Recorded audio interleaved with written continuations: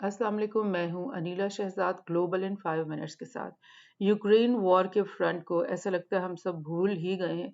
और वाकई जब से गाज़ा और इसराइल की वॉर शुरू हुई है तो जनरली हम सब की तवज्जो जो है उसी फ्रंट की तरफ हो गई है। और ये मैं आपको बता दूं कि यूक्रेन के जो वेस्टर्न एनालिस्ट बहुत सारे जो सोशल मीडिया पे ये कह रहे हैं कि यूक्रेन की वॉर जो है ऑलमोस्ट जो है ज़ेलेंस्की हार चुका है और उसकी बिल्कुल कोई ऐसी पोजीशन नहीं है या कोई स्ट्रेटजी ऐसी नज़र नहीं आ रही है जिससे वो इस जंग को आगे बढ़ा सके या जीत सके। तो लिहाजा ऐसा लगता है कि वेस्टर्न मीडिया को ये कह दिया गया है कि तुम लोग यूक्रेन की वॉर को कम से कम अब रिपोर्ट करो और सारी जो रिपोर्टिंग है वो गाज़ा और इसराइल के ऊपर करो। सो कुछ लेटेस्ट खबरों को पहले देखते हैं और देखते हैं कि क्या इस फ्रंट में हो रहा है। ये आज ही की बिल्कुल खबर है। More than 70 Russian drones hit Kyiv. Kyiv is the capital of Ukraine और वहां पर 70 ड्रोन्स हिट किए हैं उसके ऊपर। और 5 लोग जो हैं 5 लोग जख्मी हुए हैं। लेकिन जाहिर है 70 ड्रोन जब गिरेंगे और तो काफी तबाही तो फिरेगी। और आप ये देख लो कि एक कैपिटल सिटी के अंदर जहां पर प्रेसिडेंट उनका ज़ेलेंस्की बैठा हुआ है, वो अपने उस कैपिटल सिटी को डिफेंड नहीं कर पा रहे हैं। और वहां पे रशिया जब भी चाहता है, जैसे भी चाहता है, वो वहां पे अटैक करता है। और रशिया हालांकि उसके पास अभी भी मिलिट्री माइट बहुत ज़्यादा है, लेकिन वो जानबूझकर यूक्रेन के अंदर बहुत ज़्यादा बड़ा किस्म का जो है ह्यूज किस्म का अटैक नहीं करा, बिकॉज ऑफ द रीज़न कि उसको पता है कि यूक्रेन किसी पोजीशन में नहीं है। और ये मैं आपको बता दूं कि यूक्रेन जो है वो इससे पहले रशिया का एलाय स्टेट रहा है। ये बात नहीं है कि वो रशिया की यूक्रेन के साथ कोई दुश्मनी है। इससे पिछले जो प्रेसिडेंट थे ज़ेलेंस्की से पहले, वो प्रो पैलेस्टीनियन प्रेसिडेंट थे। बेलारूस को और यूक्रेन दोनों को रशिया अपना एलाय स्टेट समझता है और उसका उसको मालूम है। इवन टेप में रिकॉर्डेड भी ये आ गया था कि किस तरह से जो यूएस के जो मिनिस्टर्स थे उन्होंने किस तरह प्लान किया और ज़ेलेंस्की को यहाँ पर प्रेसिडेंसी के ऊपर वो लेकर आए और प्रो रशियन जो प्रेसिडेंट थे पिछले, उनको यहाँ से भागने पे मजबूर किया गया। तो ज़ाहिर रशिया ने तो इधर रहना है, उसका पड़ोसी है यूक्रेन, तो उसका ये बिल्कुल उसको ये नहीं करना चाहिए और ना ही वो ये कर रहा है कि वो बेइंतहा ही उनको नुकसान बिला वजह पहुंचाता चला जाए, जबकि उसको पता चल गया है कि वो ये जंग प्रैक्टिकली जीत चुका है।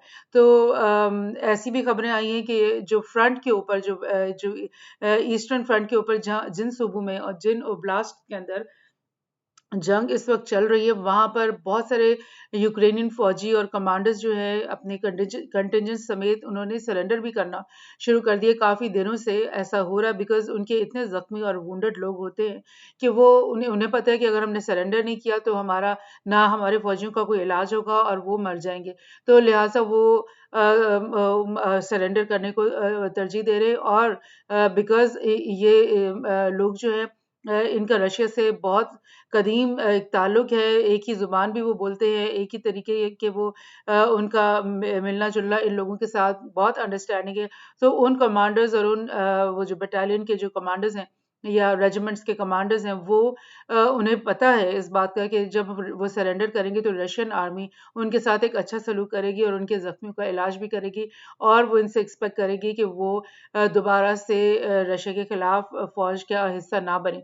तो लिहाजा वो एक विन विन सिचुएशन बन जाती है रशिया के लिए, क्योंकि वो उन्हीं फौजियों के दिल जीत के और जब ज़ेलेंस्की चला जाएगा तो फिर उन्हीं को वापस वो वहाँ पे भेजकर उनकी हेल्प से भी हो सकता है कि एक प्रो रशियन गवर्नमेंट एस्टेब्लिश करने में उनकी मदद ले। सो बहरहाल मैं आपकी इस पॉडकास्ट में नीटो की कार्रवाइयों के ऊपर तवज्जो दिलाना चाह रही हूँ कि ये क्या इनकी क्या सोच है और इनका क्या तरीकाकार है कि ये अपने अंदर के पार्टनर्स को जो है वो वॉर के अंदर पहले धकेलते हैं, जंग में धकेलते हैं, फिर उनकी इकोनॉमी भी तबाह होती है, उनके लोग तबाह होते हैं।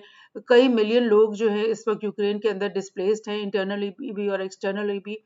और 4 लाख से ज़्यादा जो फ़ौजी हैं वो ज़ख्मी वो मारे जा चुके हैं और उससे भी कई बड़ी तादाद होगी जो ज़ख्मी होंगी। और किस तरह से वो पूरी कौम जो है एक तरह से तबाह और बर्बाद हो चुकी है। और अब ऐसा लग रहा है कि जो नेटो पार्टनर्स हैं वो एक-एक करके उनसे दूरी इख्तियार करने शुरू हो गए हैं यूक्रेन के साथ।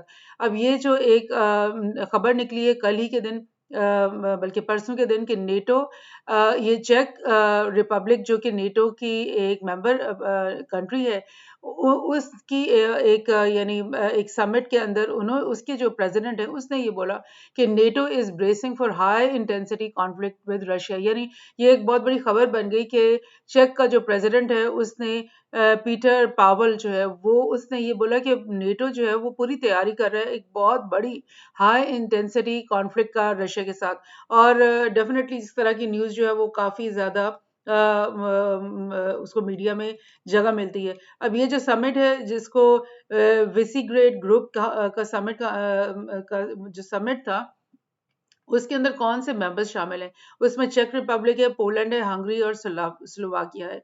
और मैं आपको बताऊं कि ये चेक के अलावा ये जो तीनों बाकी मेंबर्स हैं इनके बारे में मैं आपको पिछली पॉडकास्ट के अंदर भी बता चुकी हूँ कि पोलैंड का काफ़ी दिल खट्टा हो चुका है यूक्रेन की वॉर से। हालांकि पोलैंड उन ममालिक में से था जो सबसे बढ़ चढ़ कर डेली उनके बयानात आ रहे होते थे यूक्रेन के हक में और रशिया के खिलाफ। और वो ये कह रहे होते थे कि हम हर सूरत में मुकम्मल मदद करेंगे और बेशुमार वेपन्स हमारे पास तैयार करी हैं इनको भेजने के लिए। लेकिन पिछले महीने जब इनके इलेक्शंस हुए और इलेक्शन से पहले इनकी फार्मर्स ने प्रोटेस्ट किया कि हम जो है यूक्रेन के ग्रेन को अपने मुल्क में एंटर नहीं होने देंगे, तो पोलैंड की हुकूमत ने जो है यूक्रेन के ग्रेन को रास्ता नहीं दिया मुल्क में से गुजरने का। और अब आप सोचें कि जो इतनी भी कुर्बानी नहीं दे सका तो वो क्या उसके लिए और मदद करेगा। और इसी तरह हंगरी हंगरी का तो डे वन से ही ये रहा है कि उन्होंने बोला कि वैसे हमारे बहुत फ्रेंड्स हैं, हमारे दोस्त हैं, हमारे भाई हैं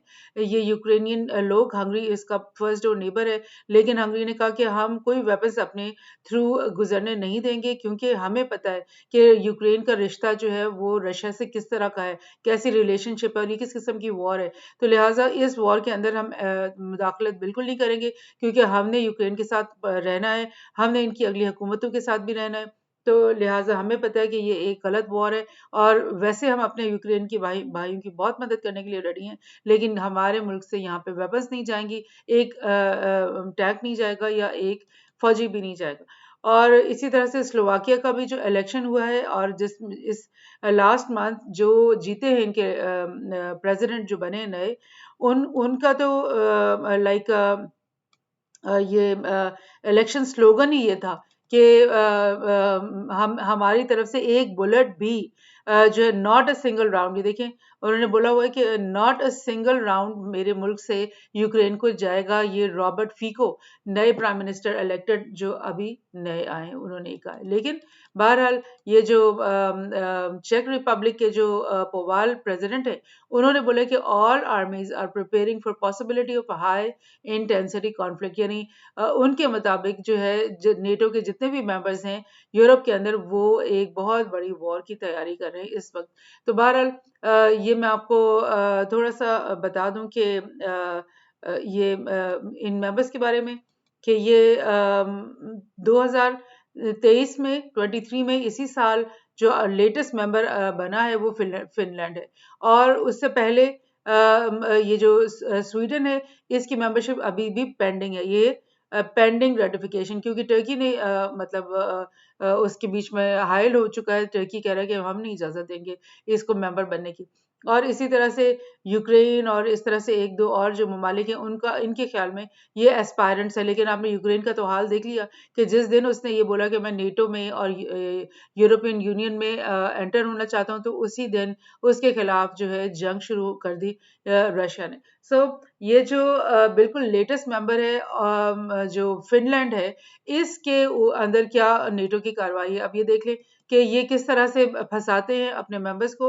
और मैं दोबारा आपको ये दिखाना चाह रही हूँ कि जो फिनलैंड है ये एक ऐसा कंट्री है जिसकी बहुत ही लंबा बॉर्डर जो है सबसे बड़ा बॉर्डर जो है रशिया के साथ मिलता है। ये डायरेक्टली रशिया का नेबर है। और आपको पता है कि अगर आपका बिल्कुल फ्रंट फर्स्ट डोर नेबर है उसके साथ आपका पंगा लेने की ज़रूरत क्या है, आप उसके साथ क्यों आप नेटो में आए ही क्यों? आपने ये क्यों नहीं कहा कि यार हमें कोई ज़रूरत नहीं किसी से भी लड़ने की, हमारी अपनी अच्छी भली इकोनॉमी चल रही है, हमारा अच्छा भला मुल्क चल रहा है, तो हमें क्या प्रॉब्लम है कि हम किसी वॉर सिचुएशन में जाएँ? और मैं आपको पिछली पॉडकास्ट में बताती रही हूँ कि ये जो रशिया के बिल्कुल बॉर्डर के साथ मिलते हुए ये कंट्रीज़ की लाइन है पूरी, Estonia, Latvia, Lithuania, Belarus, Ukraine, Moldovia, ये सब कंट्रीज़ जो है ना, इससे पहले यूएसएसआर के के अंदर शामिल थे।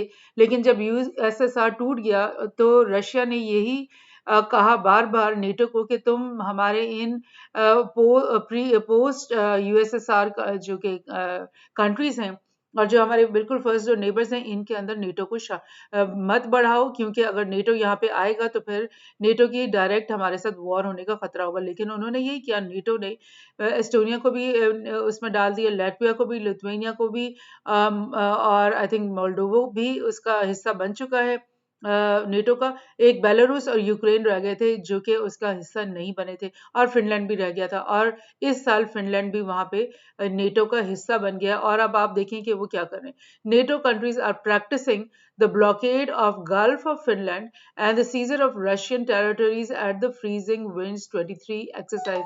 यानी ये 2 दिन पहले ये एक्सरसाइज फ्रीजिंग विंड 2023 एक्सरसाइजेस मुनक्किद हुई हैं, और ये बिल्कुल फिनलैंड ने ही करवाई हैं। फिनलैंड ने मतलब सेलिब्रेट एक तरह से आपके के किया है अपनी मेंबरशिप को कि जी मैं नेटो का मेंबर बन गया हूँ, और अब मैंने जो है वो जंग के जो है ना वो क्या होते हैं बिगल बजा देने हैं, और मैंने ललकारना है रशिया को। और वो ये नहीं सोच रहा कि यूक्रेन के साथ क्या हुआ है, यूक्रेन किस तरह से उसकी ईंट से ईंट बच गई, उसके कई शहर नीस्तो नाबूद हो गए इस जंग की वजह से।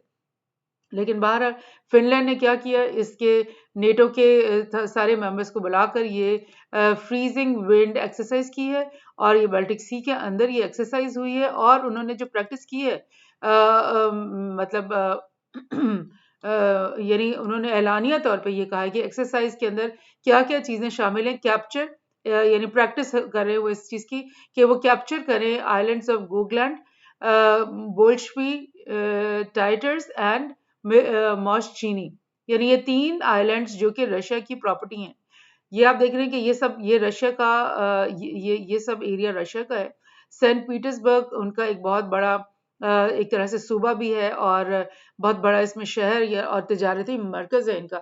और ये जो लेनिनग्राड सूबा है, ये जो बहुत बड़ा आपको ये दिखाई दे रहा है, ये भी इनके लिए बहुत ही इम्पोर्टेंट है। और इन दोनों सूबों की जो ट्रेड है, वो ज़ाहिर है इसी बाल्टिक सी के थ्रू होती है, और यहाँ से वो अपना जो वार्म सीज़न्स के अंदर अपनी जो है हर मुल्क जो यूरोप का है उसके साथ इसी बाल्टिक सी के थ्रू तिजारत करते हैं, लेन-देन करते हैं।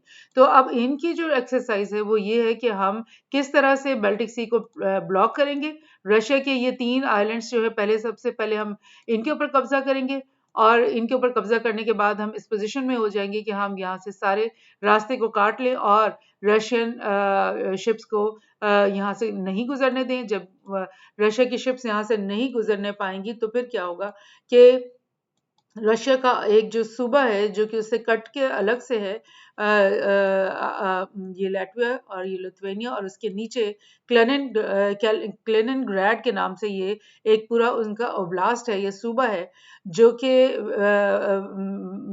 यानी रशिया से कटा हुआ है, लेकिन है वो रशिया का ही सूबा। और उसकी वो मतलब स्ट्रेटेजिकली उसकी बहुत बड़ी इंपॉर्टेंस है इनके लिए। तो रशिया कभी भी अफोर्ड नहीं करेगा कि उनके जो क्लेनिनग्राड है उसको कोई नुकसान पहुंचे, या इधर उनके जो आर्मी के बेसेस हैं, मिलिट्री बेसेस हैं, नेवल बेसेस हैं, उसको ये लोग आकर के डिस्टर्ब करें, जो कि वो उनका मंसूबा है कि क्लेनिनग्राड का को पे कब्जा कैसे करेंगे, उसको ब्लॉक कैसे करेंगे, और पूरे बाल्टिक सी को कैसे ब्लॉक करेंगे मॉस्को के लिए। और आपको पता है कि क्लेनिनग्राड का इधर से इस बॉर्डर एरिया से एक सड़क चलती है जिसके थ्रू वो एक लैंड की तरफ से भी बेलारूस के से गुजर के मॉस्को सारी अपनी चीजें वहां पे पहुंचाता है और अपने सारे काम करता है। सो ये एक बहुत ही डेंजरस गेम खेल रहा है फिनलैंड, एक बहुत डेंजरस गेम के अंदर एंटर हो रहा है, और इनवाइट कर रहा है मॉस्को को कि ये मेरे ऊपर हमला करो, बिकॉज ये सब एरियाज जो है ये स्ट्रेटेजिक एरियाज हैं इस तरफ, और यहाँ पे और भी काफी जो रशिया के मिलिट्री बेसिस बने हुए हैं और वो इजीली यहाँ से आकर के फिनलैंड के ऊपर अटैक कर सकते हैं। लेकिन मैं आपको बताऊं कि रशिया ने और पुतिन ने इससे पहले काफ़ी दफ़ा ये बात कही है कि हमें कोई इंटरेस्ट नहीं है बिल्कुल भी नेटो के साथ मुकाबला करने का, और हम कोई जंग में शामिल नहीं होना चाहते। लेकिन प्रॉब्लम ये है कि नेटो जो है वो एग्रीवेट करता है, नेटो जो है वो शरारत करता है, नेटो जो है वो कोई ना कोई इसी किस्म के मैसेजेस भेजता ही रहता है जिससे रशिया को प्रोवोक होने का मौका मिले। So let's see, hopefully there will be no other war, कोई नई वॉर। इंसानियत जो है वो इसकी शायद मुतहम्मिल नहीं हो सकेगी। सो लेट्स होप के पीस रिमेन्स। Thank you.